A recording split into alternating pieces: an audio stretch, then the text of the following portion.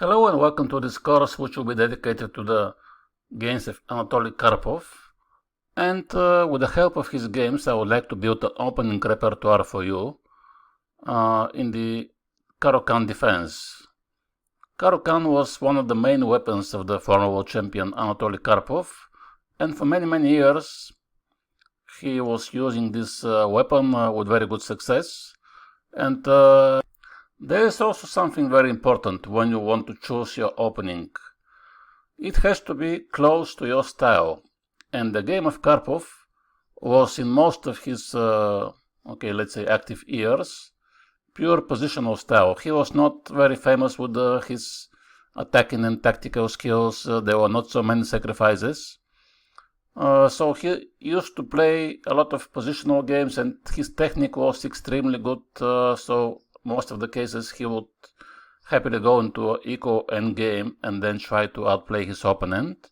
That's why Caro-Kann is actually very good for him, because this is a very solid opening in which Black is not fighting immediately to get some active counterplay in most of the cases, but first he wants to develop, to secure his king, to have a stable position in the center, and then he tries to usually outplay his opponent in the middle game or even in the end game.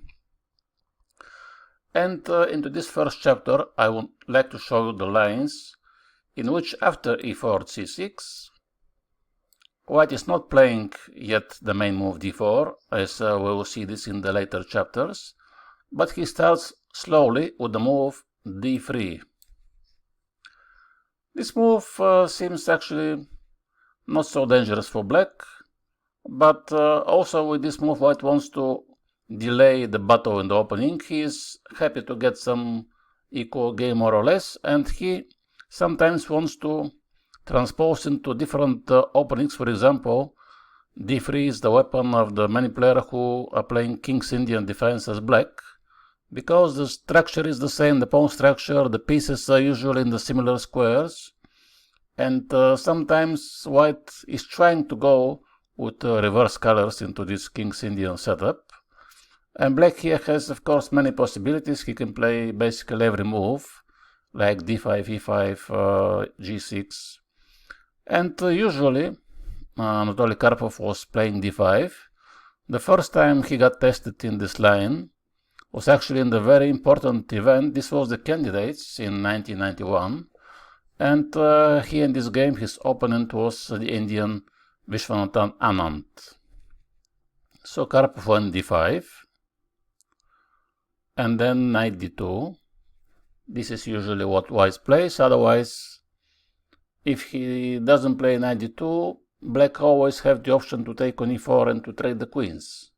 And usually when you play with White, you don't want to trade the queens after 4 moves and also to lose the castle.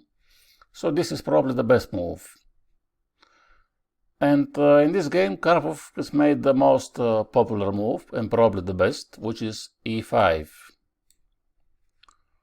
Black, of course, is trying to develop nicely, to get a nice center, and now, if he can play knight f6 and bishop d6 and castle, usually he has a very good game.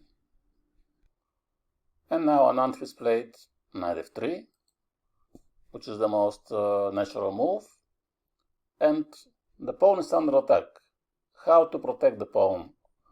We can play, of course, bishop g4 to pin the knight, but the problem is that after h3, Black will be forced to exchange the bishop for the knight on f3, which is maybe not the best thing to do so early in the game. That's why the other possibilities are bishop d6 and knight d7. Knight d7 is blocking the way of the bishop, which makes the move bishop d6 probably the favorite for Black. And here White can play different setups, with g3, just like in the King's Indian, with bishop e2, which will be some kind of reversed Philidor defense. He can play sometimes c3, trying to play b4. Now Anand has chosen a little bit strange move, which is queen to e2. What is the idea of this move? Obviously, this is to take on d5 and maybe to take on e5. So now black has a couple of possibilities. Usually Karpov was playing either knight f6, either queen e7. The other two possibilities are d4, but then white will play knight c4 to attack the bishop, and as well knight d7 is a possible move, but like we mentioned earlier, this will block the route of the bishop. So in this game, he played queen to e7, which is, I think, the most simple defense. White is playing the queen to e2, so why not we play the queen to e7? Even actually, I think from black's point of view, it makes more sense, because the white has blocked his bishop, while the black queen is not blocking his bishop because he's already out on d6. And now white should play the move d4, otherwise black don't have any problems if he plays something else. So this was played in the game. And here black has to be a little bit careful, because now white wants to take on e5 and then to trade your bishop. So what to do? If black takes on e4, this will only help white to develop his knight on e4, so this will be a mistake. For example, the most ridiculous line will be knight takes e4 and now pawn takes d4, because obviously after knight takes d6, the queen is pinned and black is losing. So that's why Karpov took on d4, which I think is probably the best option. And now white can either take on d4 or he can take on d5. He usually takes on d5. It's curious that I think in the database there is no games at all with the move knight d4, which is not so bad from white's point of view. And I guess black should play knight f6 to attack the pawn. And now probably white is forced to trade the queens. So maybe the line could go something like this, knight d5, and then black wants to castle, so it looks very good for black. Probably white has to take on e7, bishop e7, and then let's say bishop to c4. Could be some line, and the game is completely equal. Black can play knight to b6, for example, and then castle, knight a6, knight c5. So black doesn't have any problems. This is the main move, pawn to d5 immediately, because the difference is that white wants to take on d5 before the knight is out on f6, and now he's not allowing you to take with the knight on d5. And he is hoping to get now this position with isolated pawn on d5. As we will see, Karpov was tested a few times in this line, and he was playing all the time pawn takes d5. The interesting fact is that actually the move knight f6 is not so bad and deserves attention, because if white takes on d4, the things will go into the previous line with knight d5. So if he tries, for example, pawn takes, then black will take with the knight, and again he has isolated pawn, but she's on d4, which I think maybe is not so bad for black, because even this is potentially blocking the move c3, which is the typical way how to fight against isolated pawn on d5, and then black can hope to play bishop f5 later, and even knight to b4. So probably now white has to take, this is the only move, bishop e7, and then if he plays bishop to b5, for example, this is probably the key line. But after bishop d7, I think black should be okay, because now if white takes, you take with the bishop, and then g2 is hanging, so white cannot take on d4. Or if he first castle, then you can play maybe castle as well. And after bishop takes, maybe black has to take with a pawn, and although he's without the pawn, actually he has some compensation after knight d5, but of course it's a little bit tricky for black to play without a pawn, even if you have two bishops and some open files. White is a pawn up, and probably he doesn't risk too much. So let's return to the move c takes d5. This is of course the most probably solid move, the safest move, because the pawn on d5 can be easily defended. Now white takes on d4, and black, I think, has to play knight c6, because otherwise there could be some ideas with knight b5. For example, if you play knight f6, here there could be the move knight to b5, and then black will lose his dark square bishop, because you cannot escape with the bishop. So he plays knight c6. Now in case of knight b5, black, if he wants, he can simply go bishop to b8. So the best option for white is to develop the knight to f3 or b3. But f3 would allow probably black to pin the knight. And then white will be forced probably to trade the queens. So he goes to b3, which makes more sense. And now black has to develop his knight on f6. Queen e7 was played. And here Karpov takes with the king, which is an interesting move.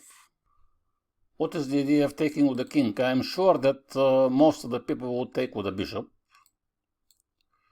which actually makes sense because the bishop is defending the knight, so this is against bishop g5. Also knight b5 is not an option anymore, and you can castle. But the idea of king e7 is to bring the rook immediately to e8, and then to play king f8. So basically this will be some kind of artificial castle, where the rook will go to e8. So comparing with bishop e7, let's say, which is one move, castle is two moves, rook e8 is three moves, and bishop d6 is four moves. You have this position with king e7 one move, second is rook e8, and third is the king to f8. And even actually, because the game is already in the end game, the king is better placed on f8 comparing to g8 because he's closer to the center.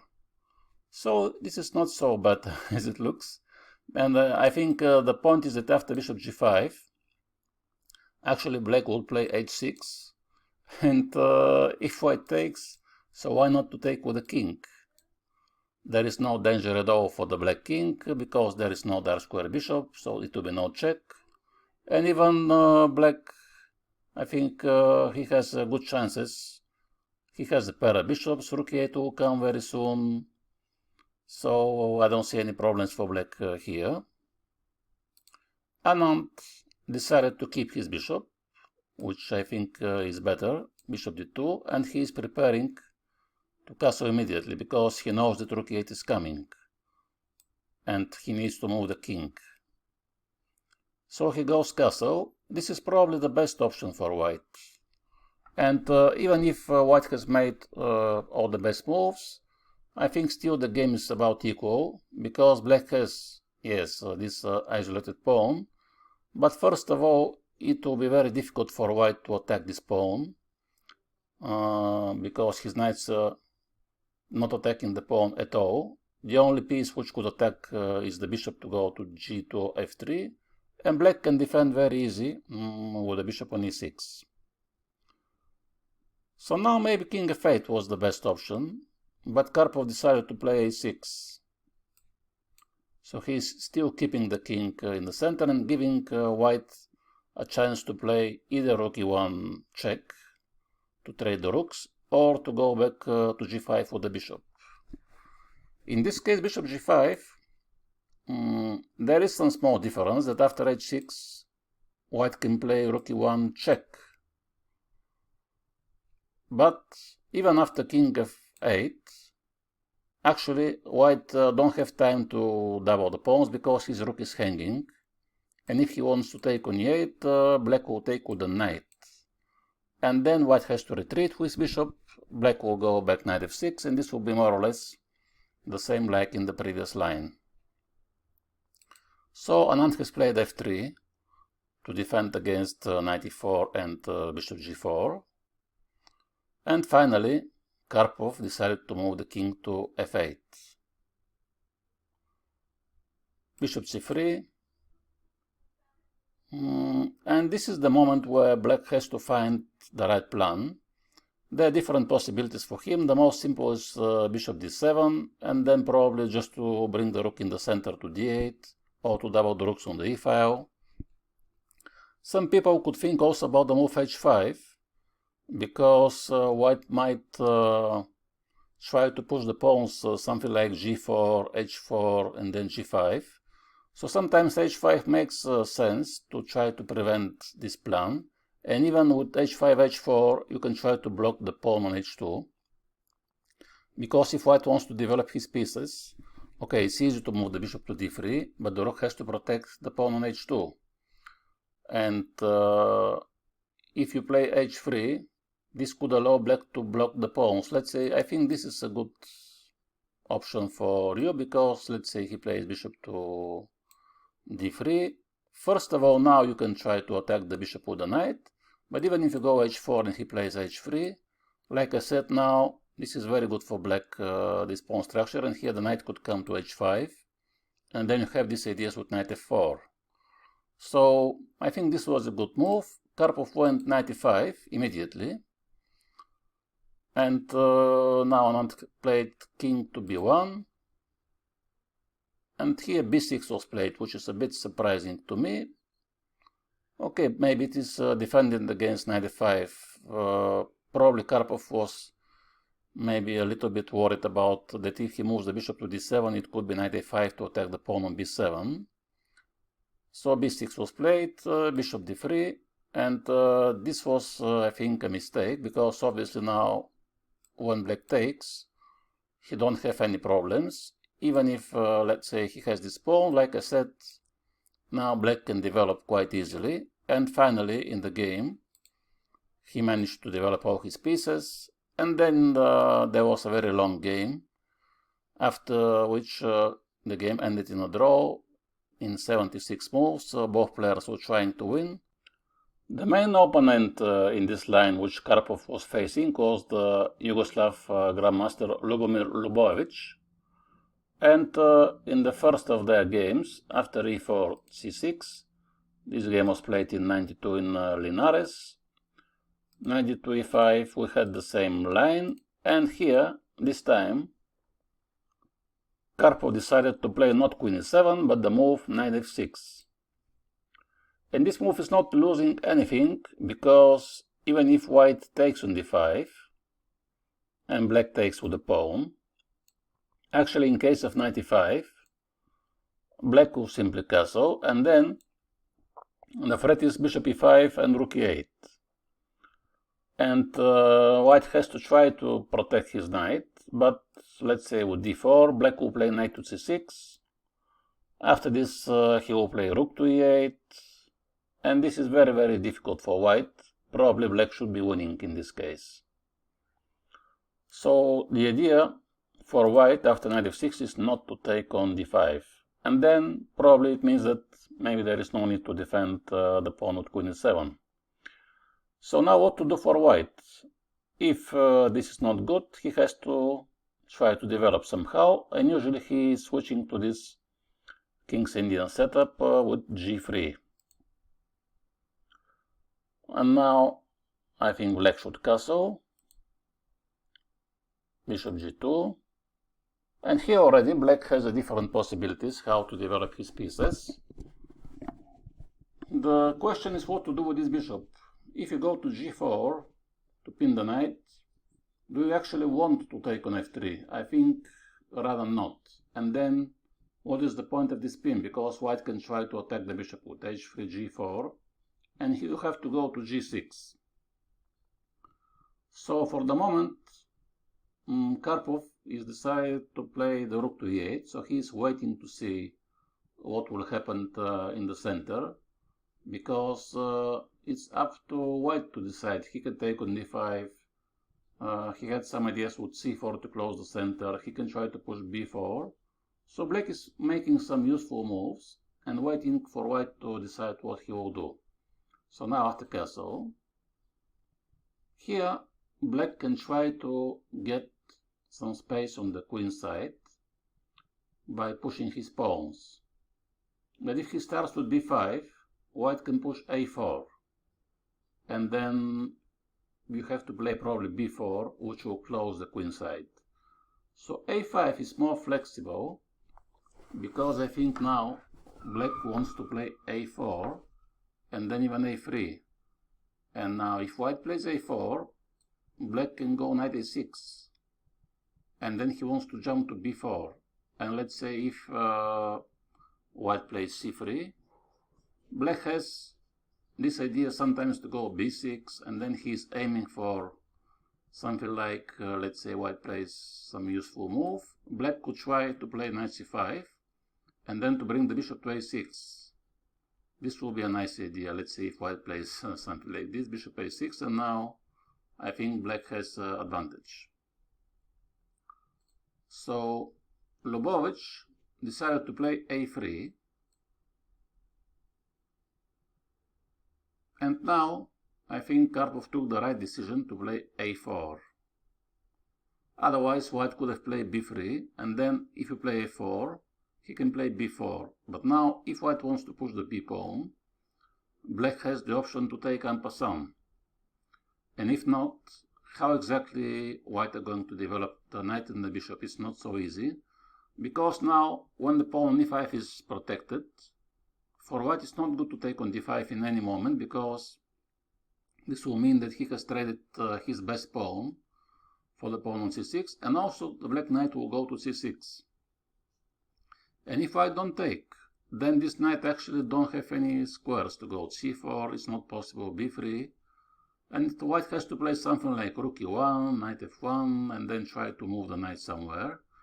But in the moment when knight moves to f1, black can simply switch to the setup with d4, and then again white has to find another plan, and black can start to advance just like in the King's Indian usually white does.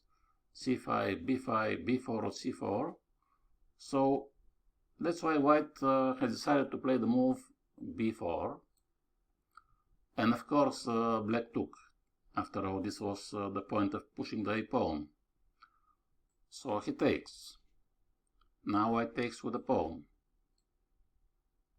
And this way black managed to trade his a pawn, which is usually not so important, for one of the central pawns, the c pawn. Then the pawn on a3 is a little bit vulnerable. And now this is the moment already when black has to decide what to do with these minor pieces. And he goes now bishop to g4. White moves the bishop to b2. And black goes knight to d7. So white plays h3, which is the most natural move. Black keeps the bishop, of course. And the thing is that now if white tries to push g4, bishop g6, actually black can take advantage of the square f4, because if white plays this typical move knight h4, he has to be careful about some sacrifices on e4. I think maybe they are not working, but even if black goes knight to f8, and then knight to e6, and then knight to f4, let's say white plays b4, I think this should be very good for black, because the knight will be extremely strong on f4. That's why it's a bit risky for white to push the g-pawn, and he has to move the queen out of the pin. Now already sometimes he wants to jump with the knight to h4 and then to f5 without exposing the square f4. And here black also has a big choice of plans, not only moves but different plans, because even queen b6 makes some sense. Probably white should exchange the queens. Also black can play knight c5 or even bishop c5, or bishop c7, bishop b6 could be played. d4 deserves also attention, so Karpov has many good plans. And in the end he chose probably the most direct one, which is d4. So now the game is switching to King's Indian a little bit, but this version of King's Indian reversed is actually good for black, because for those of you who are familiar with this opening, usually, let's imagine that white is black. He doesn't put his bishop on b7, on b2 respectively, and now he wants to play knight to c4. That's why black is playing b5, and then you can see how limited options has the minor pieces of white. The bishop has no useful move, the knight as well, the rook has to protect the pawn, the bishop on g2 is blocked from his own pieces, the queen is in tight space, the rook is blocked completely. So basically, what to do? The only plan which white can try is knight h4 and then knight f5 and f4. But in case of knight h4, the problem is that knight c5 is coming, and white actually cannot defend the pawn on d3, which is quite funny. So he is forced to play some strange moves, and he decided to move the queen to c1. Now he wants to play queen c2 and then already to try to move the knight. And here black had, of course, many good possibilities. Karpov went for a bit unusual idea. He played the move rook a6, which has the idea to put pressure on the pawn on a3. Probably he wants to bring the queen to e7 and then to bring the rook to a8. And this will force white to push b4. And then maybe black can try to go knight to b6 and knight a4 and to take the bishop and to create a weak pawn on a3. I'm not sure if this was the best plan, but okay, this is of course a possible plan. Now white plays queen c2, and already he can move the knight to h4 and to f5. And here I think black could try some moves like knight c5, or maybe to bring the queen to b8 and a7 and then the rook to a8, but he decided to take the knight, which is a bit unusual thing to do in this position. So I'm not convinced that this was the best option, because when you have most of your pawns on dark squares, usually this is important to keep the light square bishop. But Karpov had other ideas, and now white took with the bishop, and then queen b6 was played. And yet the rook went to a8, so Karpov is waiting for the move b4, but if he has put the queen to b6, I suppose his plan was to meet b4, not with knight b6, knight a4, but with the move c5. Because now if white takes, then already black can take with everything. I don't know, maybe with the bishop is the best, and then it's very difficult to keep the pawn on a3. So this was his plan, and maybe that's why white took with the bishop on f3, because now the knight can go to b3 and then to try to hold these squares. But actually Ljubojevic has chosen also a very unusual way to protect his pawn. He went knight b1, which looks very ugly, of course, but at least he's not allowing c5 to open some diagonals for the bishop. And he has only one weakness, and if he managed to defend it, black has to find another target. So the game was quite maneuvering. Karpov, of course, has advantage. And now he went queen d8, which I don't know if it was the best solution. And after a long game, he played the knight to f8, and white can only sit and wait. Basically, he has a very passive position. So eventually the queen went to e7, just like we were expecting actually in advance. And then the knight went to e6. So he wants to go to c5 sometimes, and like I said, after a long game, black managed to win this position. He has small advantage. The next game which we will see is a game between the same players, Ljubojevic and Karpov, which was played later the same year, 92. And this time, after knight f6, instead of the move g3, white decided to play the move d4. So what to do in this case? Black should take one of the pawns, and he decided to take on e4 with the pawn. Taking on e4 is the most popular option, although black actually had a couple of other options which deserve attention. For example, the move knight d7 is not bad at all, because if white takes, and black takes, and white takes, now black can simply castle, and then he can play again rook to e8, which is quite interesting. The other option is to take on d4, and again, if white plays e5, this is actually losing for white, because after castle rook e8 comes. So white has to maybe take on d5, and then black can play bishop e7. So basically he's losing one move, but now he wants to take on d5 with the queen. And probably the best option is to take on c6, after which black can take with the knight. And here I think this looks very good for black, because what is the queen doing on e2? And simply black wants to castle to bring the rook to e8. So I think this is also good for black. Karpov took on e4. And now white has many options. He can take on e4 with the knight, he can take on e5 with the knight, or even with the pawn. Even this move is not losing, for instance, because if black takes, and now actually it's a bit tricky. White, if he takes with the knight, there is castle, of course, and he takes d6. If black plays rook e8, white can escape with the move bishop e3. Of course, this is also at least equal game for black, so there is no danger for him. If white takes on e4 with the knight,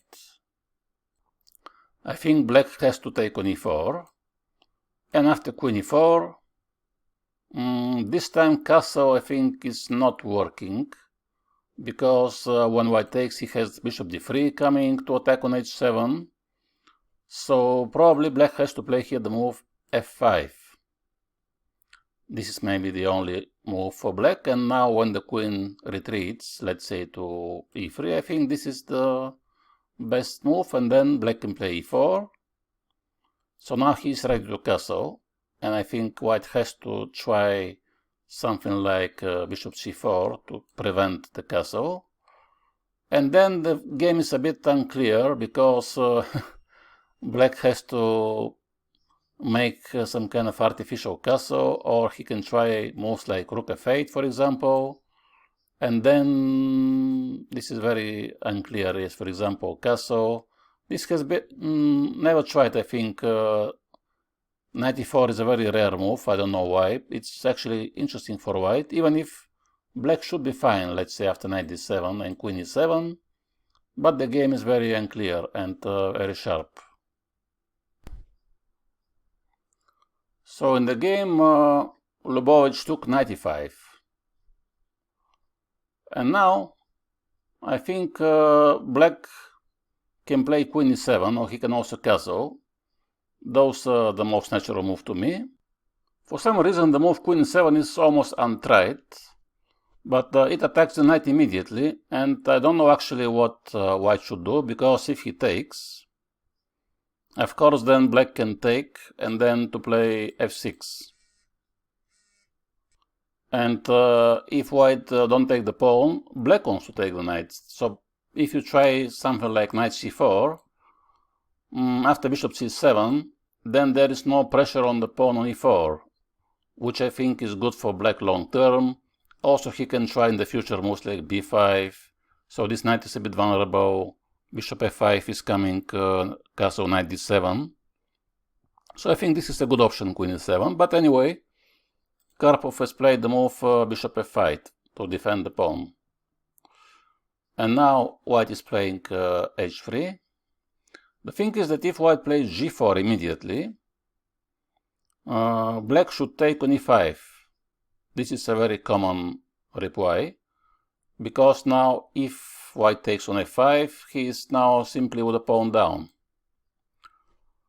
So if he takes on e5, then obviously bishop g4 actually is not quite working, because after queen e3, you have to move the knight to d5, and then this is actually very good for white after queen g3, there is pressure on g7. That's why black has to take with the knight on g4. And then the only move maybe who can put some pressure is bishop h3. But here, both after h5 and even queen h4, I think black should have a good position. So g4 is not dangerous for the moment, and white is playing the move h3, which is preparing g4 and then eventually bishop to g2, and white wants to win this pawn. So what to do after h3? In all the games which has been played in this position, black automatically plays the move in the game h5, although if you ask, of course, the engine, he thinks that black should play something completely different. So he recommends every basically move who is developing something from bishop c7, which attacks the pawn on d4, to knight d7, to castle, and let's say bishop c7 is attacking the pawn. Now, if you go g4, black actually, he can take on d4, but then the game is unclear, because now white has some complications with the move knight f3 or knight f7, even if it's not so dangerous for black. But the point is that after bishop e6, if white takes, of course, now bishop e5 is the most important move. And only after pawn takes e5, when the e5 is closed, we can take on e4 and then to go bishop d5 and to win the rook. So now the pawn is under attack, and as well this idea taken bishop d5 is coming, and actually here black is almost winning. And if he plays, let's say, c3, and then after castle, again black has a very good game because of this idea bishop e6. And of course, you need to know what is going on, because in some lines black can lose the pawn, but he always have a very, very good compensation, or even in many cases advantage. For example, knight d7, and then rook e8 is coming, and you can see all the pieces of black, they have very good coordination, and they are attacking in the same side of the board. So for white is very difficult actually here, and if he takes now after queen d7, black has a big advantage. If you castle, it could be possible that h5 or maybe also queen d6. There could be some checkmate. So actually this is quite interesting for black to allow g4 and to trust in his better development. But okay, Karpov went h5. Now, Ljubojevic is insisting on the move g4, so people maybe thought that this is a big threat for white, and now, of course, after h5, you cannot castle, because then white will open the h-file. So the idea of h5 is to push now h4, which makes sense. It is blocking the possible g4 move, but since white has played h3 and rook g1, they cannot stop and just try to develop his queen side. He has to do something, otherwise it will be a waste of time. So he goes g4, which is a little bit funny if you remember the previous game between Ljubojevic and Karpov. Karpov pushed a5, a4, and then he took en passant on b3. Now he pushes h5, h4, and again he wants to take en passant. So although in the different parts of the board, but the same idea. But this time, instead of taking with the pawn, white takes with the rook, because he's not afraid that he has a weak pawn on h3. For him, it's more important is to put pressure on the g-file and now to prevent black from castling. And this was the moment when Karpov started to play some strange moves. And again, he could have simply defended the pawn with the king, even if he is losing the castle, or even he can sacrifice with the move knight d7. Probably this is the best option, because if white takes, black will take on e5, and then he has a big advantage. And queen e7 and castle queenside, for example. So probably white has to play first knight c4, But again, here black can choose between taking on e5 with something, because he has this nice trick to take on e5, and after knight takes to give this check.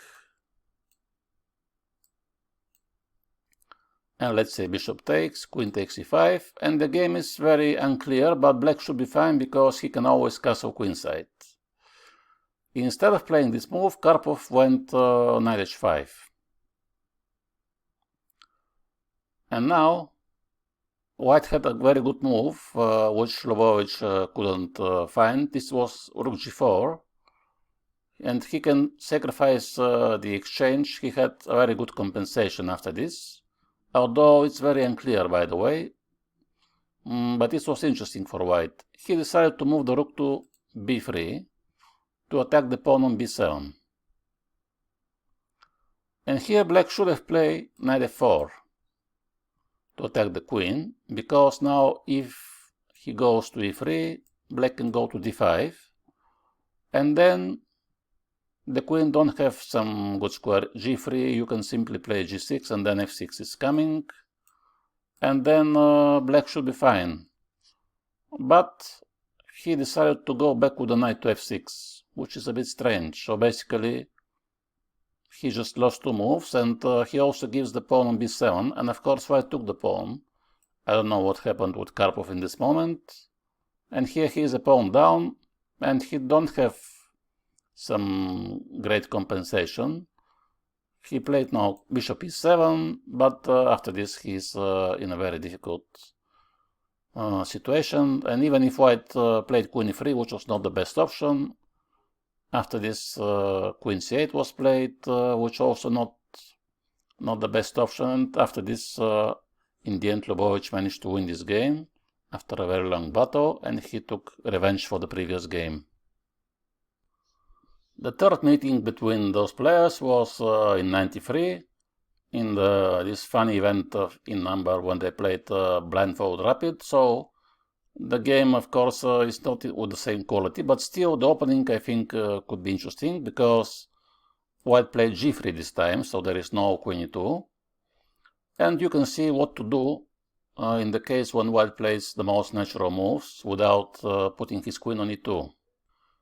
Again, rook e8 was played. If you remember one of the previous games, Karpov also decided to play this move. But now, this time instead of playing queen e2, white actually is moving b3, and he don't want to allow this plan with a5, a4. And now in case of a5, probably white will play a3, so maybe it will be something like this, just like I told you previous time, and he can play now b4, for instance. And of course this is also possible for black, but Karpov now chose to move the bishop to g4, h3, bishop to h5, and now bishop to b2, and he has to develop his knight, so he goes knight to d7. And this time white decided to move the queen to a different location. Now, of course, queen e2 doesn't make any sense, and he still wants to bring the knight to h4 and f5. So instead of playing queen e2, queen e1, queen c1, queen c2 this time, he moves the queen to e1, which is also a bit of the King's Indian idea. And now the knight wants to go to h4 or even to h2, so the idea could be to prepare f4. And how to fight against this plan? Black has to advance on the queen side. So once again he plays a5. White is playing a3. And the same idea here from the previous game. It seems that Karpov in this position don't like his bishop on h5, so he took again the knight on f3. But this time white took with the knight instead of taking with the bishop. And now black is playing the move b5. So basically he doesn't want to take on e4, he wants to keep the pawns like this, and he waits until white takes on d5, which of course white also don't want to do. Black now don't want to play d4 also, because then if you place all your pawns on dark squares and you have traded your light square bishop, long term this is not a good solution. So basically he is waiting in the center, and he after queen e2, decided simply to develop. So there was queen c7, and then again, of course, it was a very long game, after which the game has ended in a draw this time. So the result of these 3 meetings between Ljubojevic and Karpov in this line was equal in the end. The next test for Anatoly Karpov in this line was in the European Rapid Championship in '96, and his opponent was Sergei Smagin. So the line was the same like in the previous games. Bishop d6, queen e2, and this time Karpov has switched once again to queen e7, d4, and this is the same endgame from the game with Anand, knight c6, knight b3, but this time Karpov decided not to play the knight to f6, maybe his idea is not to allow the pin on g5, and he goes bishop to d7, which is preparing maybe even castle queenside. And in case of queen e7, I believe that maybe the plan for black is actually to take with the knight, and this way he is not forced to move the king just like in the previous game, but he can move the knight to e7, and then he can castle instead of playing king e7 and then to try to play artificial castle just like in the previous game. So this is something different, and what to do for white? He played bishop g5 anyway, which now gives black a choice. Of course, now knight f6 I think is not the best move, because white will take, and then this endgame with double pawns and with isolated pawns looks very bad for black. So the choice is between pawn to f6 and queen e2. Queen e2 is developing the bishop for white, but from the other hand f6 is exposing maybe a bit the light squares, and when this knight is on d4, long term maybe you don't want to expose the square e6, because in case white castles and bring later the rook to e1, there could be option for this knight to go to e6. So Karpov decided to take on e2.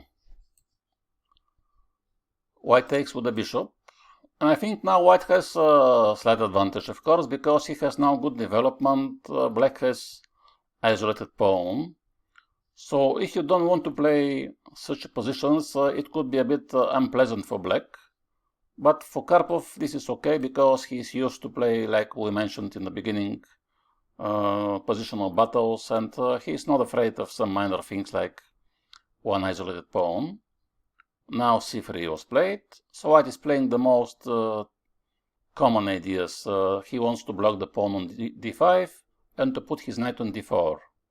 And again, like in the game with Anand, Karpov went knight e5,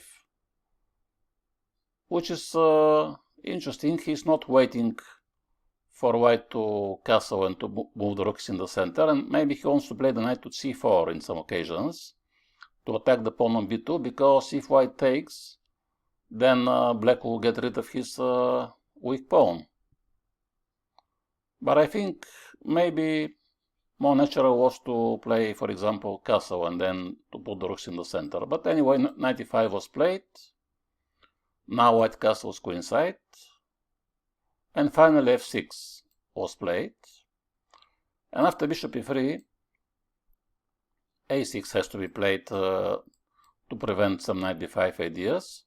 And we have again this kind of endgame in which you have weak pawn on d5, but after king f7, there is no easy way for white to try to attack this pawn, and the game was quite maneuvering, h3, so it seems that Karpov used to like such endgames in which it looks like he's slightly worse, but for white it's not clear exactly what to do. And now he made some strange decisions, the white player Smagin. He played bishop to c1, so the only reason I see for this move is that he was afraid of knight c4. But after h5, black wants to gain some space on the king side. White continued to play passively, and slowly, after knight c4, let's see what is the famous technique of Anatoly Karpov in these positions and how he can try to outplay his opponent even if he is slightly worse. So white decided to attack the pawn on d5, but now after knight e3, even if in general it is good for white to trade pieces, because then the pawn remains weak, but now the bishop goes to e4, and he also attacks the pawn on g2. So white has to push the pawn, which makes now the position of his bishops vulnerable. So now the next step is to bring the rook to the e file, and then he can prepare something like knight f5. Also knight b5. You can see how gradually Karpov takes more space on the king side, on the queen side, so he is improving his position. And then, of course, still the position is equal, but after a very long battle, Karpov managed even to win this endgame. He actually, at some moment after rook c7, knight d4, he pushed the b pawn, and then he managed to create some kind of troubles for his opponent, and he went for these complications with rook e6, which was actually a very bad move, because now after bishop e5, simply in these complications, white is almost losing. And then Karpov won this game after this quite easily. And the last game which Kasparov has in this line with d3 was played in 2002, and his opponent was Zura Azmaiparashvili, the current president of the European Chess Union. And once again, knight d2 was played. Black went e5, so we have more or less the same position. Bishop d6, g3, knight f6, bishop g2, castle, which we have seen already. But this time, white decided to play more actively on the queen side, and he played the move a4, which I think deserves attention because it prevents these ideas with a5 and b5. Of course, now black can try to use the square b4 for his knight. So he could play something like knight a6. If you remember, there was an idea which I showed you that you can try to play b6 and then the knight goes to c5 and then maybe bishop a6. But this only works if white is playing the move c3 to expose the square d3. Otherwise, if the pawn is on c2, maybe it doesn't make a big difference, this idea. So still, I think black can try to push a5 and then to bring the knight to a6, because he can also go to b4. So if white don't play c3, I don't mind to bring my knight to b4 in this case. But Karpov chose another route for his knight. He goes to d7. So after knight d7, white goes b3. And here Karpov decided to make a completely new plan, and he went with his knight to f8, which is quite a different plan comparing to the previous games. He wants to bring the knight to g6. So basically, I think it looks a little bit like a reversed Ruy Lopez. And Karpov was very good with white in Ruy Lopez in his young years. And for those of you who can imagine in Ruy Lopez reverse, let's say this is white pieces. If you remember, when white goes in Ruy Lopez, okay, the bishop should be, of course, to b4, but then he goes to, let's say, a5, c7, and he goes to this diagonal. And white has this idea to play the knight from b1, d2, f1, g3. So basically he plays this. But in Ruy Lopez, the bishop is usually on e2. And even after this, black goes usually rook e1, bishop f1, g3. And now, when the pawn is already on g3, I don't see a big possibilities for the knight to do something on the king side. So I'm not completely sure. Of course, the position is still equal, but there is no danger for black in any of these lines. So the question is to choose maybe the most active continuation. But okay, let's say knight g6 is a solid line for black. Now rook e1. And now I think when the knight is on g6, there is no need to play the bishop to g4 and to take the knight, because this knight was dangerous only because he could go to h4 and f5. That's why in the previous games Karpov decided to take him. Now he goes to g4, and he is provoking the move h3, which seems like actually a useful move for white. And then he goes to d7, so he don't want to trade now the bishop. And the only reason for wasting a move with this is that usually black wants to move the queen to c8 to attack the pawn on h3, which will force the white to move the king. But I'm not so sure that this is so terrible for white. Okay, of course, now for white it's also a bit hard to find what is the plan, because he has a nice position in a way. All his pawns are on light squares now. Here the bishop is controlling everything. Everything is under control. But if you are looking for some active moves for white, you will struggle a little bit. Now he plays king h2, which is allowing black even actually to ignore this move, because I don't think that the queen on c8 was anyway so good. And you have to connect the rooks. So probably queen c7 is the most natural move. And also you have to decide what to do with the queen side, because you can push a5 to block the pawn structure like this, and you can play, let's say, a5 and then to follow it with b5.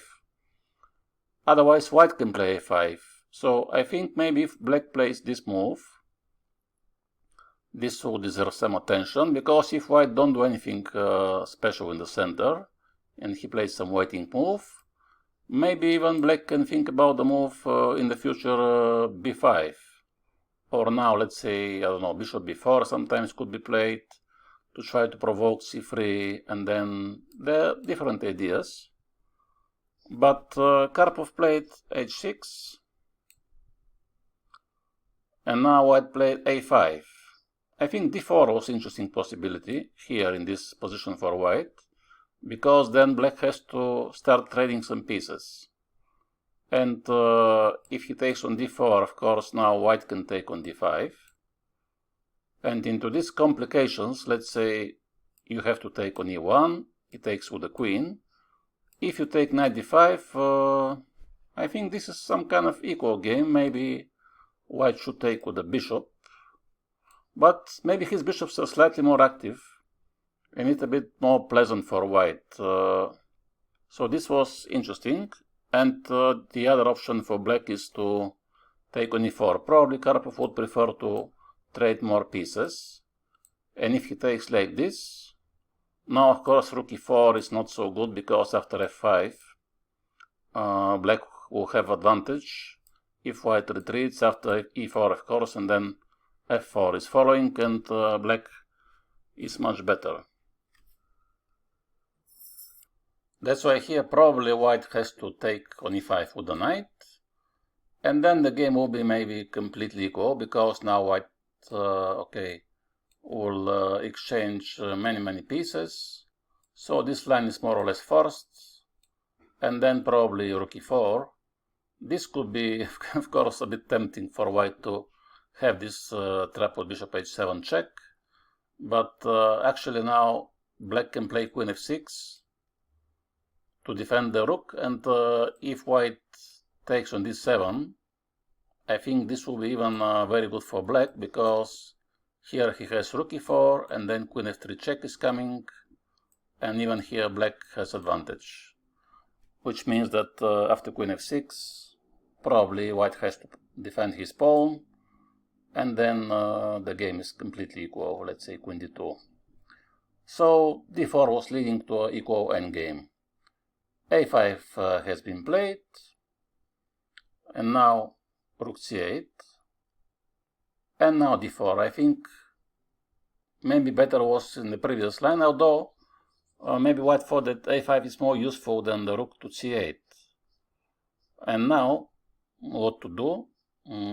Here, once again, taken on d4 was interesting, because if white takes, here black could try probably to take on d5 with the pawn, and now the rook is attacking the pawn. Actually, this is the difference.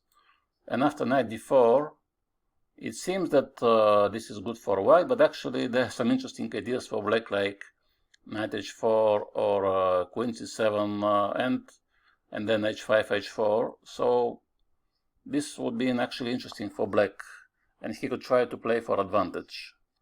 He decided to play more simple for the equal game, and then it was more or less the same endgame, which we have been discussing before.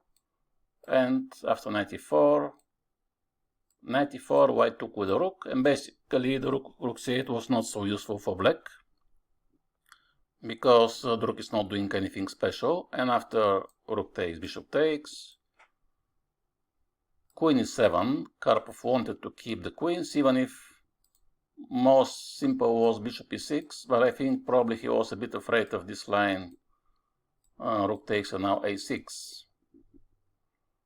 And his pawns are a bit vulnerable, although after b6 there is no danger for black, because after rook to d2, but not rook c8, because of course bishop e4, but rook d2, and he will take the pawn back, and this is okay for black. And after queen to e7, the game was quite long. Queen d4 was played, c5, and after a long battle, Karpov managed to win late in the endgame. But of course here the position is already equal. So what can we say about this line with second move d3? He is not, like I said, promising white something great, and black usually has a very good game. And you saw that in all the game Karpov decided to play the same setup with d5 and e5. Of course there are other possibilities for you. If you want to skip the move e5, you can play g6 sometimes, bishop g7, some kind of mix between Perk and Caro-Kann, and then to bring the knight to f6. But I think this is quite good. e5, d5, all the pieces are in the center. Black is controlling everything, and the game is completely equal. So I think nothing to worry in this line. So I hope you have enjoyed this video, and hope to see you next time.